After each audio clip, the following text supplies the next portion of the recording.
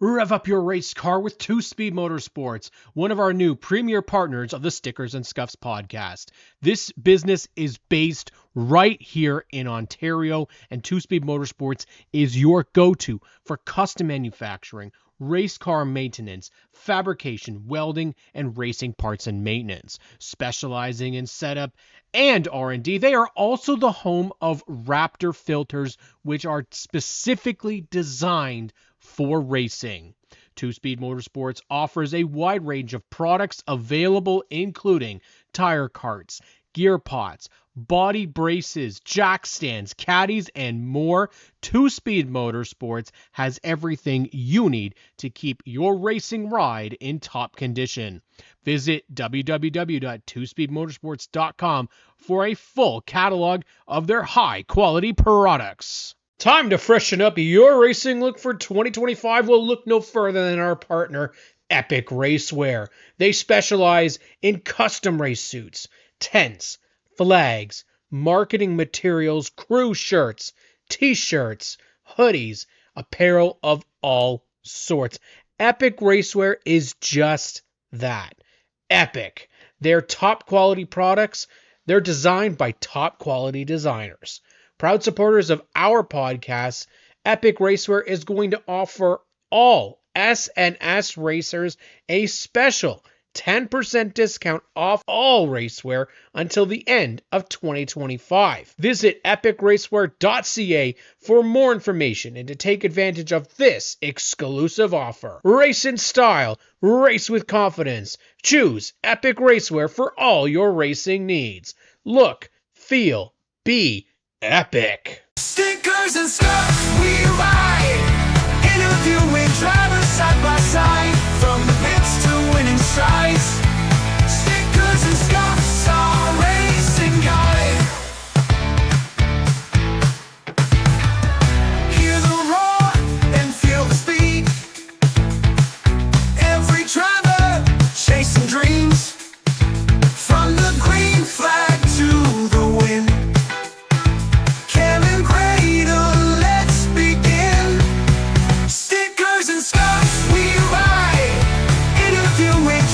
Side by side, from the pits to winning strides. Stickers and scuffs, our racing guide.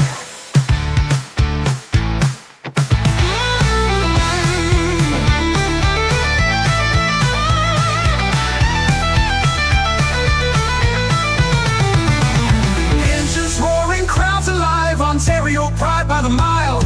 Lap by lap on the move, catch the thrill in every groove.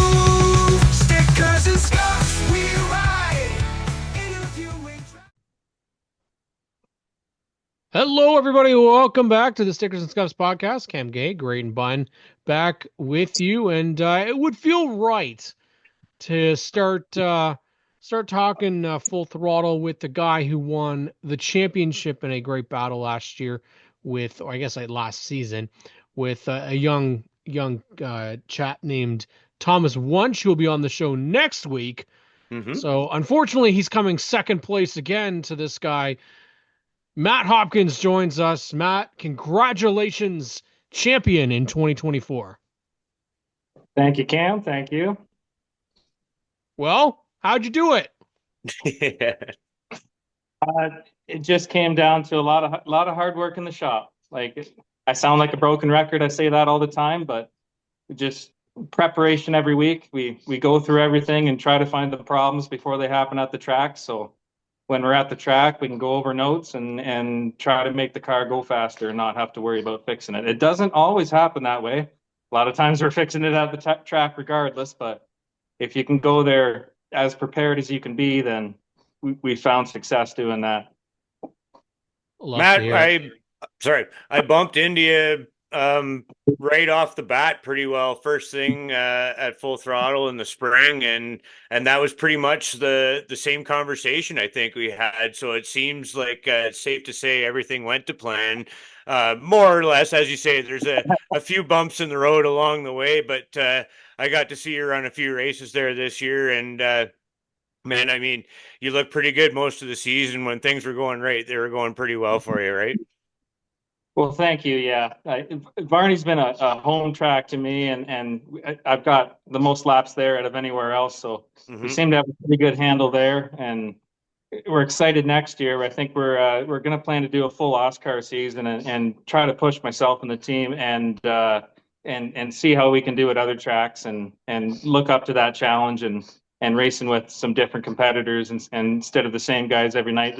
Like Thomas, I like racing with him. He's right there on my bumper. He's pushing me. He's keeping me honest. Like I got to show up and I got to perform every night to do it. So, we're looking forward to something a little bit different. So Yeah, wow, going Oscar racing, that's pretty awesome. And as you say, kind of getting your feet wet and sizing up some competition on the touring scale. yeah, like we've had limited success with it. Like we had a couple podiums this year, and we're starting to find some speed at some tracks, and it's fun going to other tracks. Like I love racing at Delaware, Flamborough, Peterborough, Sunset, like all the tracks. Like if I have an op, I got to do it once before I put the keys away. I mean, that's a good point. I mean, we look at this and go, the the one thing I think we can say, Matt, is hot rods is the key word right now. Oh, they're hot. They are the in series right now. I don't know when this really seemed to happen. I mean, they were hot when the hot rod division and Oscar first kind of took off first couple years. It seemed like it dipped a little bit, but now Graydon and I have talked about this. You can literally race a hot rod at 4 tracks, 5 tracks right now, uh, in various divisions. Yeah, it's a lot of fun to have opportunity to do that and not have to be running a pro late model or something that's not as affordable as the hot rod class has been able to be. It's not cheap by any means, but it allows me to do it where I'd never be able to have something to go and travel to all the tracks. I could do a 4 cylinder, but I got to admit I suck in a front wheel drive car. I don't know what I'm doing in that regard. So um, for a V8 touring series, it's something that I look forward to trying out, and it's nice to be able to try out all the tracks that I grew up watching as a kid. I gotta ask, where'd the body come? Where'd the body come from for this car, and why'd you pick it? And and we're gonna follow up question after that answer because I ask every hot rod racer. That next Graydon already knows what I'm gonna ask. So how'd you pick? How'd you decide where'd this body come from, and how'd you decide this car? Okay, so we looked at a lot of different places for the body for the car. We had some dimensions that we tried to fit because we have an older cast car cage from the 90s, so it's a fairly wide cage to try to fit a car around. And I'm not that skilled at bodywork, so it's hard to stretch a car to make it look good on that wide cage. So um, there was a place down the road from me, Mark Del Salvage, and when I grew up, my grandpa used to always call me Pontiac as kind of a nickname.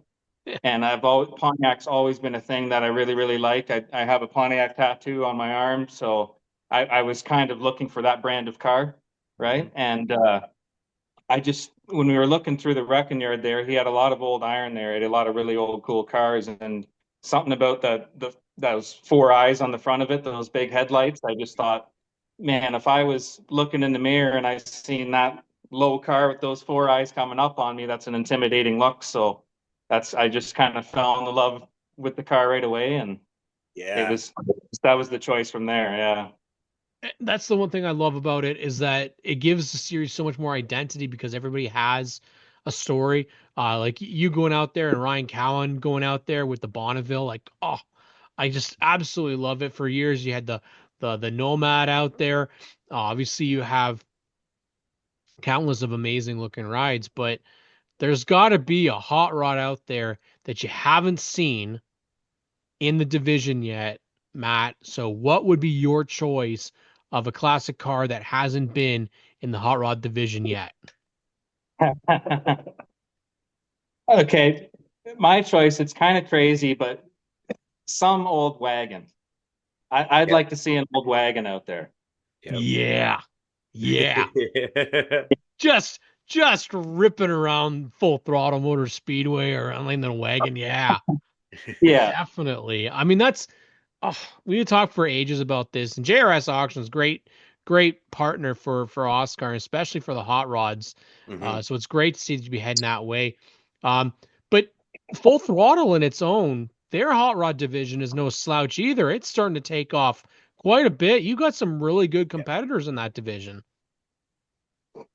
Yeah, like that. And they're great guys to race with. We all get along. Like me and Thomas get along really good. Like we're always joking with each other and trying to help each other out as best we can. Like we sat at the same table at the banquet on the weekend here and had a good time. So it's fun. Like Travis Farrow races there. He's good competition. Both of them, they're good competition. That's a fast car. So it's fun to go and race there. And apparently there's more people showing up next year, and it's only getting bigger and bigger. So I look forward to it. We may know of a Cutlass that's joining that division for next year, and she's pretty excited about it. So, you know, and we know Thomas's Mimo makes a video of all the races so you can watch them back. So if you haven't already, make sure you look that up, because YouTube, they got all the races. What's the end goal for next year? Because you're going from a championship season here at Full Throttle where you're comfortable, and now you're going to go do something that you haven't done a full season touring. Now, your statistics are great in the last 2 years. Right. It was a little bit different before. You made about the most starts you've made is 7. Right. That's a lot more than doing 2 or 3, 4 or 5. We don't know what the schedule is going to be next year. If you're gonna make a plan, what is the goal for you next year? I always try to shoot for the moon and hope that I could win both of them. But to be honest, really, it's to survive. So depending on how the schedule could be, it could be racing every weekend for months on end. So I don't know if we're going to be able to do that, and in what area we're going to sacrifice and where we're going to focus our goals if it comes down to we're not able to do both of them full time. It'll be a stretch for our team, but it's something that I think we're going to try to do. Well, I would love to race at Brighton, but I'm hoping that it's not on the schedule just for the simple cost of it. Like I would love to go and race there, and I think it's really cool. I have nothing against that, but to try to keep the cost down would be the best thing. You'd be really close to the mud though too. Unlike everybody else, you're really close to it. So you were talking about how this is kind of a bit of a game changer for your team and everything. You got your office right behind you in the shop right now. What are things that you're starting on right now, looking ahead to 2025 as you're working on the car, bud? So what we're trying to do is have a spare part of everything that we can afford to have a spare part of. Body didn't look too bad at the end of last year, and we could have just fixed her up and kept on going, but we're putting new body panels on. We've got spare bumpers made because you never know what's going to happen. So try to be as prepared as we can be. So if that quick turnaround, having to make it through week to week, we have the ability to be able to do it. That sounds like veteran experience coming through when everything you've kind of spoken about so far, it's having a clear vision and a good game plan heading into next season, right? And then you're kind of hitting the ground running at least a little bit. Like you say, if you don't really want to have a problem, but if you do, at least you're prepared in terms of parts inventory, and everybody knows in terms of the nuts and bolts of the car already too. Yeah, that's exactly right. Yeah. Well, you got yourself racing going to go do the big Oscar stuff, but I believe there's another Hopkins that's strapped behind the wheel of a car last year. It got a little hot for him, but it looks like he's going back out next season. So what are the plans for the rest of the Black Rabbit team?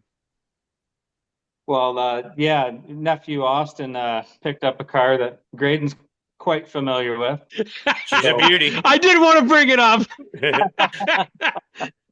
He loves that car. Yeah, it'll be a good piece for him for sure. Yeah, and who knows? Yeah, it might not be the last time you ever get in it. Who knows, right? Twist my Oh, there we go. We're getting it fixed back up to get out to the track. There's a couple issues we found with it, so we're getting it fixed up, and I think he's going to keep a similar paint scheme, but change the colors a little bit, and Cool. he's just happy and excited to do it. Like I felt so bad for him the first time he went out because he was so happy and excited just to go around and run laps around Barney, and he got a race he was able to do it in, and then it ended spectacularly for him. Yeah. So, but he had well, and I was proud of him for that, and Barney did a good job there too, and made sure he was safe, and we did some. It's something I would suggest for everyone to do, and something we did with him. We had him inside the car with his helmet and his Hans on. So, like to any new racer that's going out there, get inside your helmet or your car with your helmet and your Hans on, and get out. Mm-hmm. Make sure you're able to get out of that car quick, because you never know what can happen. And if it catches on fire, you don't want to learn that way when it's on fire. Once again, you're the veteran experience is helping the young ones, and I mean that it clearly showed. I mean, watching the video of him, like he was out of there like fast. I mean, he was obviously very motivated to get the hell out of there, but I mean, it definitely shows where you have to keep presence of mind to reach for the belt latches and get out. Like if there's smoke in your face and everything, to just keep a level head and get out of there. And it really that prevailed. I'm sure that had to have come into play in his mind, all those drills that you guys were doing with him. Yeah, he didn't like going through the drills, but he was happy with it afterwards. I bet he was. That's for sure. Mm-hmm. It's definitely something that we've noticed when we've interviewed a lot of racers, is that Varney is a special place. It's not like other racetracks, and that should be its tagline, really. Varney, it's not No like place other like racetracks. What is the trick, man? Because we've talked about it. We talked to a lot of other guys. You're not driving a little tiny car around there. You got a big friggin' hot rod that you're wheeling around there. And I can't imagine it getting any tighter, but you guys take it 3 wide sometimes. I watch those videos. You guys don't seem to mind driving all sorts of craziness around there. What's the trick that you have found to getting around Varney? I don't really think there's any sort of secret sauce or special trick or anything. Secret sauce, I like that. As far as driving that track, I think a lot of it comes down to being comfortable in your car. Mm-hmm. That's the place I'm the most comfortable in my car, so I don't have to think. I can just react. I don't have to think about it.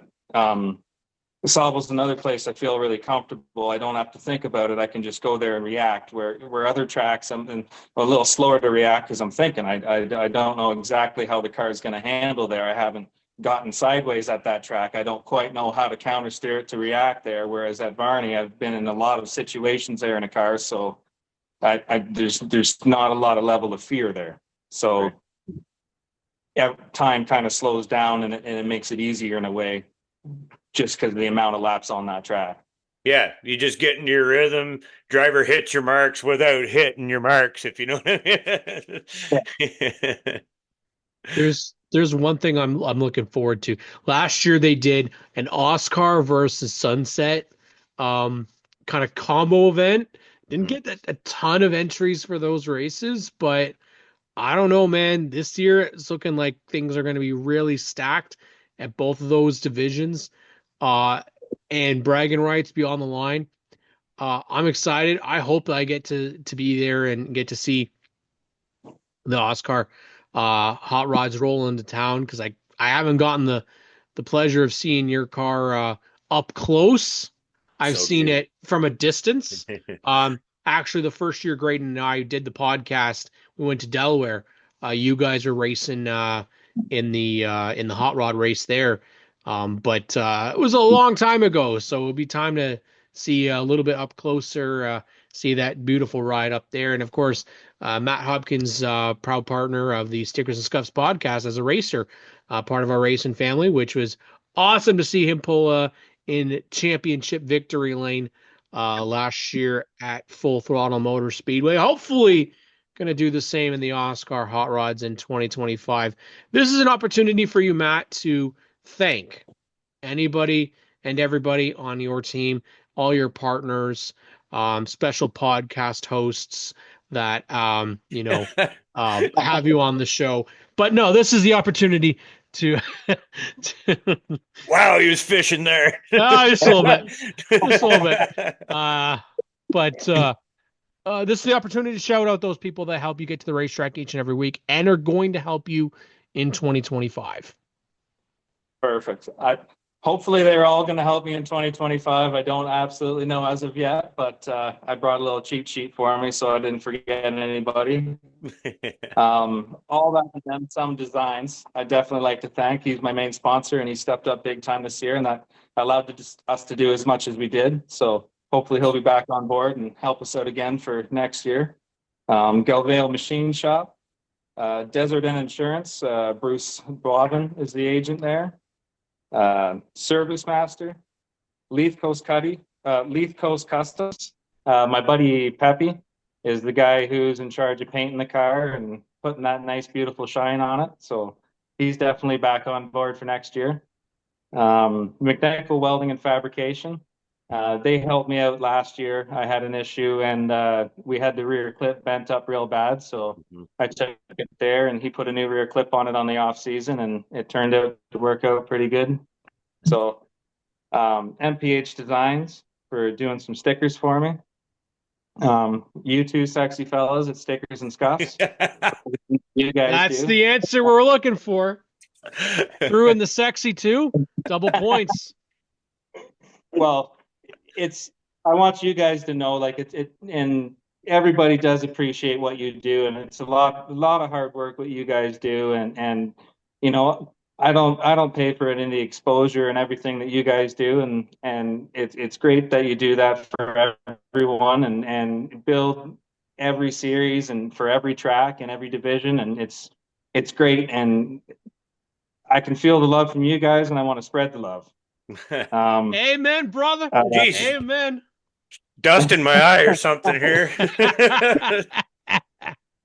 Now you did throw out earlier that you have a cast car. You had a cast car cage in the car. Do you have an old cast car chassis? Yeah. Where'd the car come from? So it's a 96 Fletcher chassis. All right. Right. It was built for Kelly Williams. It was a white number 31. Oh my God, that's wicked. Yeah, one of those. Oh, I have a die cast of it right up there. Wow. You just made Cam's night right there. Oh. So we need to see an old Kelly Williams throwback on that car at some point, man. Oh, maybe, perfect. Yeah. I'll send you a picture of the number. Yeah. Get Good Wrench to come back after, being gone for years. It would be great. But spend money. Matt, definitely. I also like to thank my family, my mom for helping out and for dealing with all the stress that I put her through with all the danger in that. When I see my nephew up in flames, I kind of thought, oh my goodness, how many years has she watched me do that and be in fret? And I want to thank her. I want to thank my sister. She deals with a lot of my social media stuff. I'm not much of a social media guy, so anything you see with the Black Rabbit Racing, she's normally in charge of all that. Like to thank my dad, and like to thank Cowboy, the spotter, and helping with a bit of everything. Yep.